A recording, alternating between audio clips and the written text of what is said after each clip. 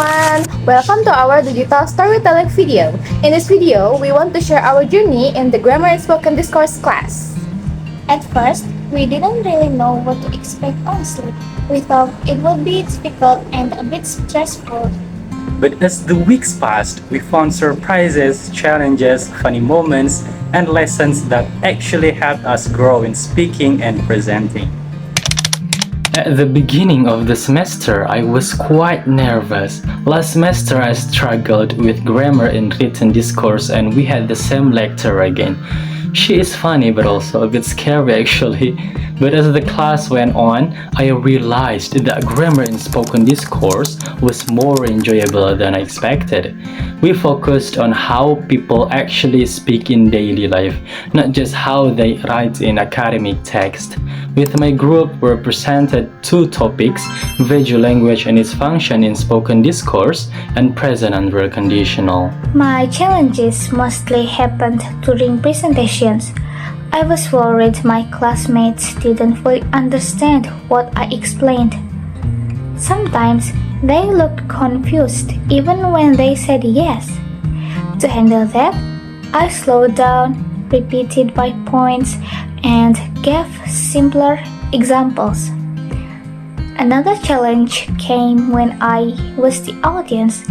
Some groups spoke softly, and their posters were hard to read from my seat. So I took photos of their posters and read them on my phone, trying to understand the materials by myself. Even with those challenges, the class was actually fun. Working in groups, preparing posters, laughing at our own mistakes, and realizing that we already use spoken grammar features in daily conversations made the learning experience enjoyable and meaningful.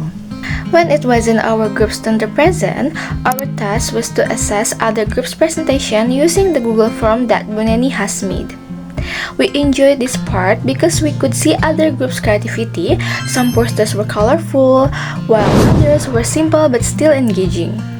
We were given many topics. Even though some topics were difficult, they still presented the topic clearly. While reviewing, we tried to give honest and supportive feedback. We reviewed three parts. There are the delivery, content organizations, and the enthusiasms or audience awareness. We hope our feedback can help them improve their future presentations. But when it was our group's turn to present, we didn't fill the peer assessment form anymore. Instead, we filled the learning reflection form. Doing this after the presentation helped us to think and reflect about our works and performances, what our strengths and weaknesses are.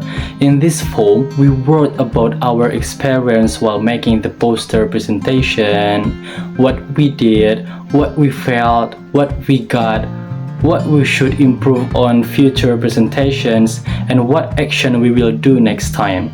We also took photos of our presentation for the evidence and as a nice memory of the moment. At first, I was shocked to hear that we would be required to give a total of 6 presentations in this spoken discourse grammar class. I thought it would be quite tiring. However, as the course progressed, I found that it was a valuable learning experience.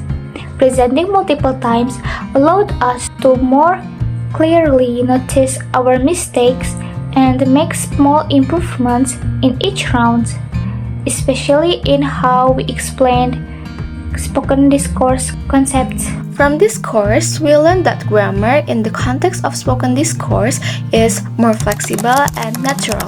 We also realized that we had already been applying these grammatical practices in our daily conversations without being fully aware of it. The realization helped us relate more easily to the material that we have presented, the affect language and present and real conditional, and made the learning process more engaging and understandable. For the future, we realize that there are still many aspects we can improve. One of them is speaking more confidently, as we sometimes felt awkward when explaining the material for the first time.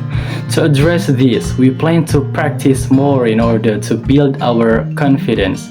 Additionally, we noticed that explaining too much occasionally made the audience feel confused.